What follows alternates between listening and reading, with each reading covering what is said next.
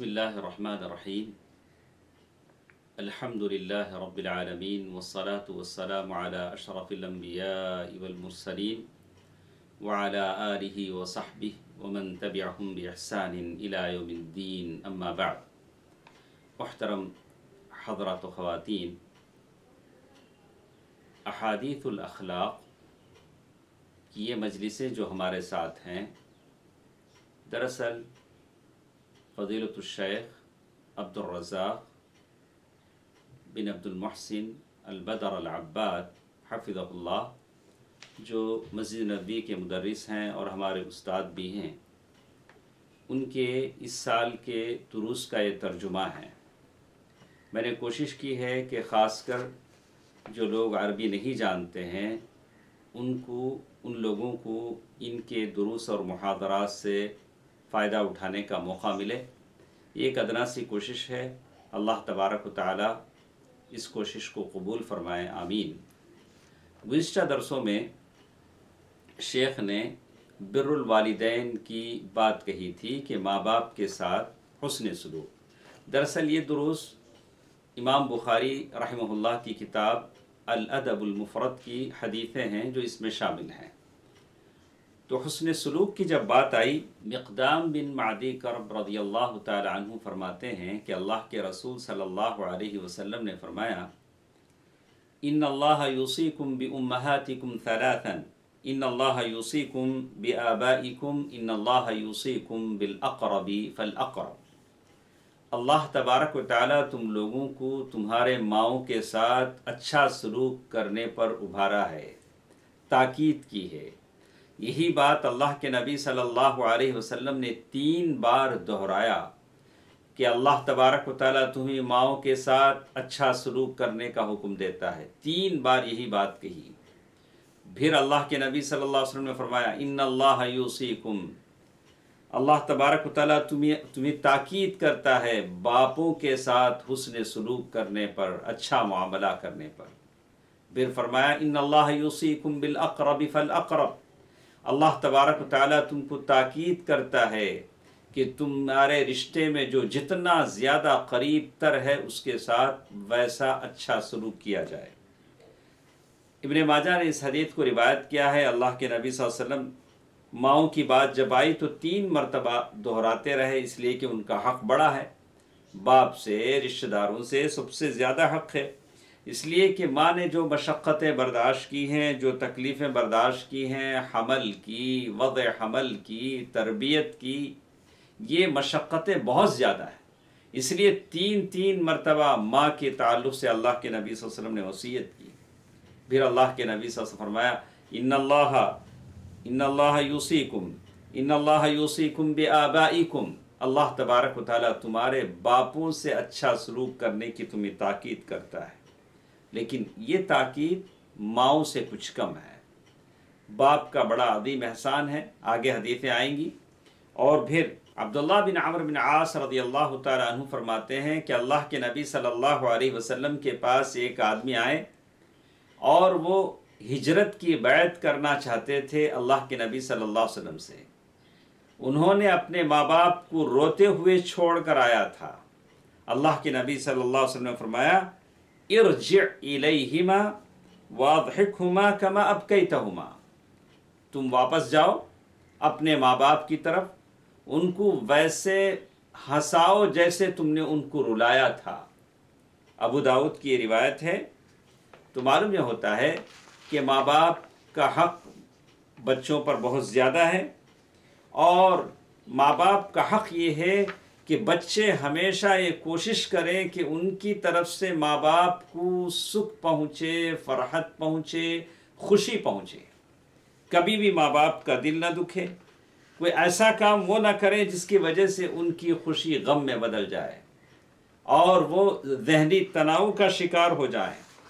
یا ایسا بچے نہ کریں کہ ماں باپ کو رنج پہنچے، غم پہنچے، دکھ پہنچے، اور کبھی یہ نوبت آ جائے کہ آپ کے یعنی بچوں کے تکلیف سے ماں باپ رونے لگیں، ماں باپ کو رونا آ جائے.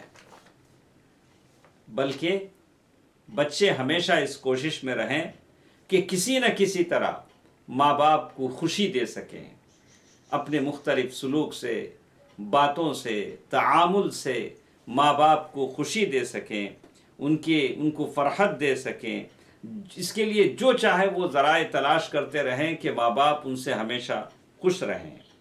اور یہ آدمی جو ہجرت کر کے مدینہ آئے تھے، ہجرت بڑا ثواب کا کام ہے، ہجرت کر کے مدینہ آئے تھے، اللہ کے نبی صلی اللہ علیہ وسلم سے بیعت کی بات کہی تھی کہ میں بیعت کرنا چاہتا ہوں، اللہ کے نبی صلی اللہ علیہ وسلم سے بیعت کرنے کی گزارش کی، اور بیعت وہ عہد ہوتا ہے کہ اللہ کے نبی صلی اللہ علیہ وسلم ان سے عہد لیں کہ وہ یہاں ٹھہرے رہیں گے اور اپنی بات پر ثابت قدم رہیں گے اور اپنی بات سے پیچھے نہیں ہٹیں گے۔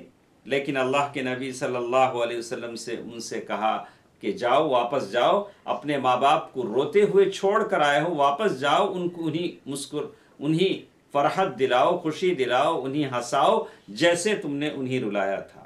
اللہ کے نبی صلی اللہ علیہ وسلم نے اسی لیے کہا من كانت ہجرتہ الی اللہ ورسولہ فہجرتہ الی اللہ ورسولہ، جو شخص اللہ اور اس کے رسول کے لیے ہجرت کرتا ہے، وہ اللہ اور اس کے رسول کے لیے ہجرت کرتا ہے، اس کا ثواب اسے ملے گا۔ متفق علیہ، بخاری اور مسلم کی حدیث۔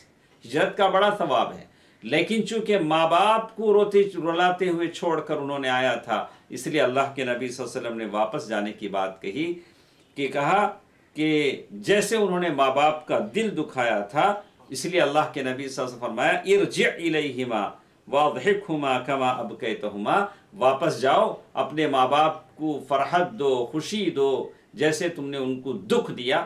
اللہ کے نبی صلی اللہ علیہ وسلم نے واپس کر دیا۔ باپ کا حق، باپ کا حق کیا ہوتا ہے؟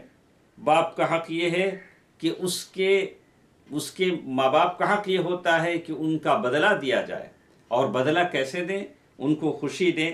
اور کہا کہ جب بھی کوئی اولاد کسی نوکری کے لیے، جاب کے لیے، تعلیم کے لیے کسی ضرورت سے باہر جاتے ہیں، اپنے ماں باپ کو چھوڑ کر جاتے ہیں، کتنے ایسے بچے ہیں ماں باپ کو کسی ملک میں چھوڑا ہے، وہ کہیں اور نوکری کر رہے ہیں، پڑھ رہے ہیں، یا کوئی اور کام کر رہے ہیں، جی رہے ہیں، تو انہیں چاہیے کہ اپنی ماں باپ سے اجازت لیں، اپنی ماں باپ سے اجازت لیں، ماں باپ سے مشورہ کریں، اور اپنے لیے معافی چاہیں کہ میرا یہ عذر ہے، میری یہ مجبوری ہے کہ میں آپ کو چھوڑے جا رہا ہوں۔ ماں باپ کا اس پر رضامند ہونا ضروری ہے کہ بیٹے کی عذر کو قبول کریں۔ اور اسی لیے کہتے ہیں، عبداللہ بن عمرو بن عاص رضی اللہ تعالی عنہما فرماتے ہیں کہ اللہ کے نبی صلی اللہ علیہ وسلم کے پاس ایک آدمی آئے اور کہا کہ اللہ کے نبی صلی اللہ علیہ وسلم میں جہاد میں حصہ لینا چاہتا ہوں۔ اللہ کے نبی صلی اللہ علیہ وسلم نے فرمایا احی والدک، کیا تمہارے ماں باپ زندہ ہیں؟ تو انہوں نے کہا کہ ہاں اللہ کے رسول، میرے ماں باپ زندہ ہیں۔ اللہ کے نبی صلی اللہ علیہ وسلم نے فرمایا ففیہما فجاہد، جاؤ ماں باپ کی خدمت کرو، ماں باپ کی خدمت کرو۔ حدیث صحیح ہے۔ اللہ کے نے اس سلسلے میں حافظ ابن رجب رحمہ اللہ کہتے ہیں اگر تمہارے ماں باپ زندہ ہیں تو ان کی خدمت میں، ان کے ساتھ حسن سلوک میں، ان کے ساتھ اچھا برتاؤ کرنے میں اتنی کوشش کرو کہ جنگ کے میدان میں قتل اور جہاد کا ثواب سے زیادہ ثواب تمہیں ملے۔ ایک آدمی جنگ کے میدان میں جو جاتا ہے، یا تو شہید ہو جاتا ہے یا تو غازی بن کر لوٹتا ہے، اس سے زیادہ ثواب تم کو ملے جب تم اپنے ماں باپ کی خدمت کرو، تو ماں باپ کے ساتھ زیادہ اچھا برتاؤ کرو، حسن سلوک کرو۔ ابو سعید الخدری رضی اللہ تعالی عنہ فرماتے ہیں کہ ایک آدمی نے اللہ کے نبی صلی اللہ علیہ وسلم کی طرف ہجرت کر کے آئے، ایک آدمی اللہ کے نبی صلی اللہ علیہ وسلم کی طرف کہیں سے ہجرت کر کے آئے، اور وہ یمن سے آئے تھے، یمن، اور اللہ کے نبی صلی اللہ علیہ وسلم نے ان سے پوچھا هل لک احد بالیمن، کہ یمن میں تمہارا اپنا کوئی ہے جسے تم چھوڑ کر یہاں تک آئے ہو؟ تو اس آدمی نے، اس مہاجر نے کہا ابوائے، میرے ماں باپ یمن میں ہیں جنہیں چھوڑ کر میں آیا ہوں۔ اللہ کے نبی صلی اللہ علیہ وسلم نے فرمایا هل اذن لک، کیا تمہارے ماں باپ نے تمہیں پرمیشن دی ہے، اجازت دی ہے میرے پاس ہجرت کر کے آنے کو؟ قال لا، اس آدمی نے کہا کہ نہیں۔ اللہ کے نبی صلی اللہ علیہ وسلم فرمایا ارجع الیہما فاستأذنہما فإن أذن لك فجاہد وإن لا فبرہما۔ اللہ کے نبی صلی اللہ علیہ وسلم فرمایا کہ جاؤ، واپس جاؤ، اگر ماں باپ اجازت دیں تو تم اللہ کے راستے میں جہاد کرو، اگر وہ اجازت نہ دیں تو ان کے ساتھ حسن سلوک کرو، اس میں تمہیں زیادہ ثواب ملے گا۔ تو کتنے لوگ ایسے ہیں جو بغیر ماں باپ کی اجازت کے جگہ جگہ اپنے کاموں میں، اپنے کاروبار میں، اپنے دوسری جگہ لگے ہوئے ہیں، اپنے علم میں، تحصیل علم میں۔ تو اس کے لیے ضروری ہے کہ ایک بار پھر وہ اپنے ماں باپ سے اجازت لیں، ان کی کیا مجبوریاں ہیں، ان کی کیا تکلیفیں ہیں، ان کی کیا پریشانیاں ہیں، اسے جاننے کی کوشش کریں۔ اس میں اس بات کی دلیل ہے کہ آدمی ماں باپ سے اجازت لینا اس کے لیے واجب ہے۔ واجب ہے، جب جہاد جیسے اس عظیم فریضے کے لیے اگر یہ چیز واجب ہے تو پھر دوسرے کاموں کے لیے یہ کیوں واجب نہ ہو؟ اور اسی طرح اگر ماں باپ اجازت نہیں دیتے ہیں تو اس کا ان کاموں میں لگنا حرام ہے۔ اسی لیے ماں باپ کے ساتھ حسن سلوک یہ فرض عین کہلاتا ہے، فرض عین کہلاتا ہے۔ ان کے ساتھ احسان کرنا، اچھا برتاؤ کرنا بہت بڑا جہاد ہے۔ اللہ کے نبی صلی اللہ علیہ وسلم نے اسے جہاد کا نام دیا ہے۔ ماں باپ کے ساتھ حسن سلوک کرنا یہ جہاد ہے۔ جہاد کے نام کو لے کر لوگ دشمنان اسلام ایک ہی مطلب سمجھتے ہیں اور اسی سے اسلام کو بدنام کرنے کی کوشش کرتے ہیں۔ ہمارے نبی صلی اللہ علیہ وسلم نے ماں باپ کے ساتھ حسن سلوک کرنے، اچھا برتاؤ کرنے کو بھی جہاد کا نام دیا ہے۔ ان جاہمہ جاء الی النبی صلی اللہ علیہ وسلم فقال، جاہمہ وہ اللہ کے نبی صلی اللہ علیہ وسلم کے پاس آئے اور کہا اے اللہ کے رسول صلی اللہ علیہ وسلم، میں آپ کے ساتھ اللہ کے راستے میں جہاد کرنا چاہتا ہوں، اس سلسلے میں آپ سے مشورہ کرنا چاہتا ہوں۔ اللہ کے نبی صلی اللہ علیہ وسلم نے پوچھا کیا تمہاری ماں ہے؟ قال نعم۔ جاہمہ السلمی رضی اللہ تعالیٰ عنہ نے فرمایا کہ ہاں میری امی ہیں۔ اللہ کے نبی صلی اللہ علیہ وسلم نے فرمایا جاؤ اپنی ماں کے ساتھ اچھا سلوک کرو، اس کی خدمت میں لگے رہو، جڑے رہو، تمہاری ماں کے قدموں کے نیچے جنت ہے۔ اس حدیث کو نسائی نے روایت کیا ہے۔ مطلب یہ ہوا ماں کے قدموں کے نیچے جنت کا مطلب یہ ہوا کہ جس نے ماں کے ساتھ حسن سلوک کیا اور صحیح معنی میں ماں کا حق ادا کیا وہ جنت میں داخل ہوا۔ اللہ اکبر۔ ابو الدرداء رضی اللہ تعالیٰ عنہ فرماتے ہیں میں نے اللہ کے نبی صلی اللہ علیہ وسلم کو یہ کہتے ہوئے سنا الوالد اوسط ابواب الجنہ، باپ جنت کا درمیانی دروازہ ہے، یعنی بالکل ایسا راستہ جس سے بڑی آسانی کے ساتھ آدمی جنت میں داخل ہو سکتا ہے، بالکل درمیان میں ہے۔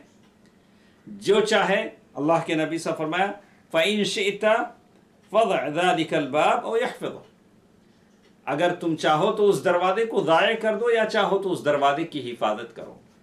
باپ کے ساتھ احسان کرو گے تو اس دروازے کی تم نے حفاظت کی، اگر باپ کا دل دکھایا تو اس دروازے کو تم نے گنوا دیا، ضائع کر دیا۔ امام ترمذی کی روایت ہے، اسی لیے اس کی شرح میں کہا خیر الابواب فی الجنت واعلاها، جنت کا یہ بہترین دروازہ ہے اور سب سے بلند دروازہ ہے۔ اور اس کا معنی یہ ہوا کہ آدمی ماں باپ کے ساتھ حسن سلوک کرتا ہے تو یہ حسن سلوک اسے جنت میں لے جاتا ہے۔ جنت کے بلند درجات کے حصول کے لیے، جنت میں بلند درجہ پانے کے لیے میرے اور آپ کے لیے ضروری ہے کہ ماں باپ کے ساتھ اچھا سلوک کریں۔ جب باپ کا یہ مقام ہے تو ماں کا کیا مقام ہوگا؟ اس کی خدمت کے لیے آدمی جنت کو کیسے پا سکتا ہے؟ ابو ہریرہ رضی اللہ تعالیٰ عنہ کی ایک اور حدیث ہے جس میں وہ کہا گیا کہ کوئی اولاد اپنے والدین کو ان کے حسن سلوک کا پورا بدلہ ہرگز نہیں دے سکتا۔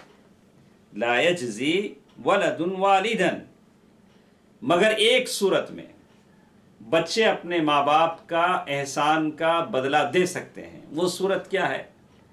باپ کہیں غلام بن جائے اور اسے خرید کر آزاد کریں اپنے باپ کو، تب جا کر بچے اپنے باپ کا حق ادا کر سکتے ہیں۔ باپ کے تعلق سے کہا، ابھی تو یہ غلاموں کا زمانہ تو ہے نہیں، ہاں، تو معلوم یہ ہوا کہ پورا حق تو ادا نہیں کر سکتے، لیکن حدیث یہ کہتی ہے، ابو داؤد کی روایت ہے، الا ان یجدہ مملوکا فیشتری فیعتقہ، اگر اپنے باپ کو کہیں غلام بان پائے اور اسے خرید کر آزاد کر دے تو تب جا کر باپ کا حق وہ ادا کر سکتے ہیں۔ تو معلوم یہ ہوا کہ ماں باپ کا حق کتنا بڑا ہے، اور باپ کے لیے آپ جتنا بھی خرچ کریں، جتنا اچھا سلوک کریں اور کتنی اچھی ان کے ساتھ تعاون کریں، ماں باپ کا حق کبھی آپ سے ادا نہیں ہو سکے گا۔ سعید بن بردہ فرماتے ہیں کہ میں نے اپنے باپ سے سنا، وہ بیان کرتے ہیں کہ وہ ابن عمر رضی اللہ تعالیٰ عنہ کے ساتھ تھے، اور ایک آدمی، یمن کا ایک آدمی کعبۃ اللہ کا طواف کر رہا تھا، یمن کا ایک آدمی کعبۃ اللہ کا طواف کر رہا تھا، اس نے اپنی ماں کو پیٹھ پر اٹھایا ہوا تھا اور وہ کہہ رہا تھا، انی لها بعیرها المذلل ان اذعرت رکابها لم اذعر، وہ کہہ رہا تھا کہ میں میری ماں کے لیے ایسا اونٹ ہوں جو بالکل مطیع ہو، یعنی بالکل وہ جو کر رہا تھا، اپنی ماں کو پیٹھ پر اٹھا کر کعبۃ اللہ کا جو طواف کر رہا تھا، اس عمل میں، اس کام میں وہ بالکل خوش تھا، خوش طبعی کے ساتھ وہ اپنا کام کر رہا تھا۔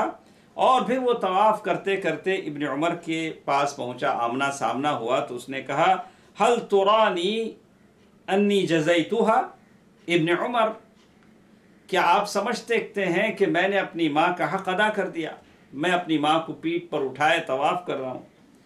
تو ابن عمر رضی اللہ تعالیٰ عنہ نے کہا، لا ولو بظفرۃ واحدہ، ہرگز نہیں، تم نے ماں کی اس تکلیف کی، ان چیخوں کی، ان ہچکیوں کی جو انہوں نے ولادت کے وقت برداشت کی، اس کا ایک چیخ اور ایک تکلیف کی بھی تم نے حق ادا نہیں کیا، ولو بظفرۃ واحدہ۔ پھر ابن عمر رضی اللہ تعالیٰ عنہ نے کعبے کا طواف مکمل کیا، مقام ابراہیم پر آئے اور وہاں پہنچ کر انہوں نے 2 رکعات نماز پڑھی، تو کہا، یا ابن ابی موسیٰ، ساتھ جو تھے ان سے کہا ان کل رکعتان تکفران ما امامہما، یہ 2 رکعتیں گناہوں کا کفارہ بن جاتی ہیں۔ تو ہم بات کر رہے ہیں اس آدمی کی جس نے اپنے ماں کو پیٹھ پر بٹھا کر طواف کیا تھا اور کعبۃ اللہ کا طواف کر رہا تھا، ماں عاجز تھی، پیر پر چل نہیں سکتی تھی، بیٹے نے پیٹھ پر اٹھا لیا، اور زبان سے شعر بھی کہہ رہا ہے کہ انی لها بعیرها المذلل ان اذعرت رکابها لم اذعر، یعنی اس نے کہا کہ میں اپنی ماں کے لیے اونٹ کی طرح، اور وہ یہ شعر اس خوش طبعی کے ساتھ کہہ رہا تھا کہ اسے اس میں کوئی تکلیف بھی نہیں ہے، دقت بھی نہیں ہے، اور وہ ایک کام جو کر رہا ہے اس کی ماں کے پرانے احسانات جو حمل کے، وضع کے اور پھر تربیت کے، ان احسانات کو یاد کر کے کر رہا ہے، اور وہ اس کام میں، اس خدمت میں جو ماں کی وہ کر رہا ہے، بڑی انسیت محسوس کر رہا ہے، بڑی راحت محسوس کر رہا ہے، تو وہ اپنے لیے اس کو اعزاز سمجھتا ہے۔ تو اس نے کہا کہ میں اس اونٹ کی طرح ہوں، یعنی بالکل خوش طبعی کے ساتھ وہ یہ کام کر رہا ہے۔